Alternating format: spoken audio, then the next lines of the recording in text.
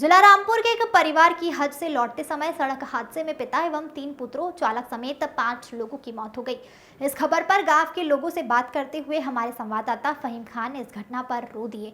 वह अपने आप को रोने से रोक नहीं पाए। उन्होंने कुछ सेकंड का ब्रेक लेकर फिर खबर शुरू की, लेकिन आवाज साथ नहीं दे सकी और जल्दी इंटरव्यू खत्म किया। इस बात से आप अंदाजा लगा सकते हैं कि घटना कितनी बड़ी है। घटना मुरादाबाद के मुंडा पांडे की बताई जा रही है। जिला रामपुर की तहसील स्वार की ग्राम पंचायत मुरकमपुर के रहने वाले अशरफ अली हज यात्रा पर गए हुए थे। हज यात्रा से लौटते समय दिल्ली से रामपुर आने के दौरान उनके 3 बेटे नक्श अली, इंतखाब अली, आरिफ अली पत्नी मौजूद थे। इस दौरान कार एहसान अली चला रहा था। जनपद मुरादाबाद के दलपतपुर क्षेत्र में राष्ट्रीय राजमार्ग 24 के पास कार सड़क हादसे का शिकार हो गई। इसमें पिता अशरफ अली एवं 3 बेटे इंतखाब अली, आरिफ अली, नक्श अली और कार चालक एहसान अली की मौत हो गई। साथ ही अशरफ अली की पत्नी और एक मासूम घायल हो गए हैं। परिजनों की माने तो हज से लौटे अशरफ अली को दिल्ली से कार द्वारा वापस लेकर परिजन आ रहे थे। परिजन द्वारा चालक को नींद आने की वजह से हादसे की संभावना जताई जा रही है। Bureau report. के हाजी जी आ रहे थे, रास्ते में गाड़ी नियंत्रण खो बैठा, दूसरी साइड में रोडवेज में जाकर टकरा है। एक ही परिवार के 4 लोग एक्सपायर हुए हैं और एक जो चालक है वो भी परिवार का, वो भी एक्सपायर हुए हैं। तो बॉडी है मुरादाबाद अस्पताल में। और यहाँ कितने लोगों का पीएम हो रहा है? 3 डेड बॉडी है। 3 डेड बॉडी। अच्छा, घायल कितने बता रहे हैं? घायल 2 बच्चे हैं, 2 लोग हैं, उनके थोड़ी बहुत चोट है।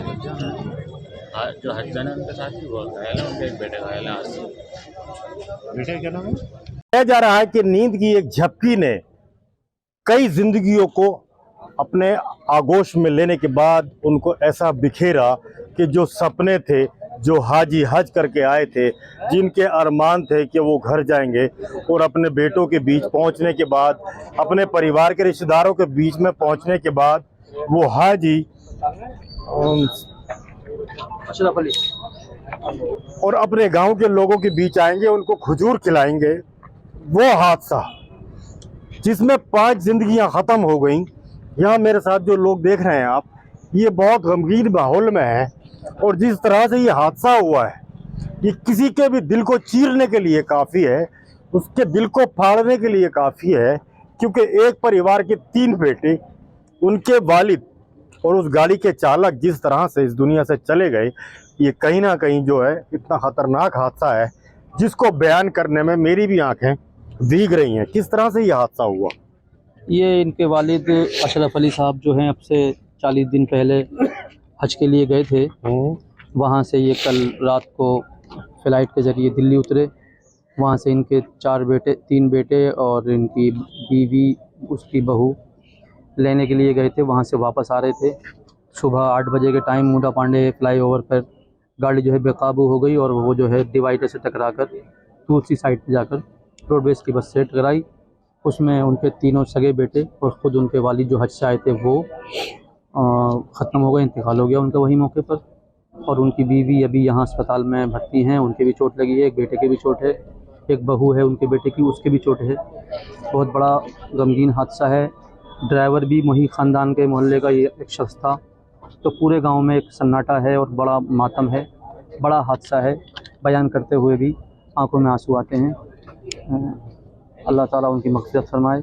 हम सब जो घायल हैं वो कहाँ हैं? घायल 2 यहाँ रामपुर डिस्ट्रिक्ट हॉस्पिटल में हैं। हाँ।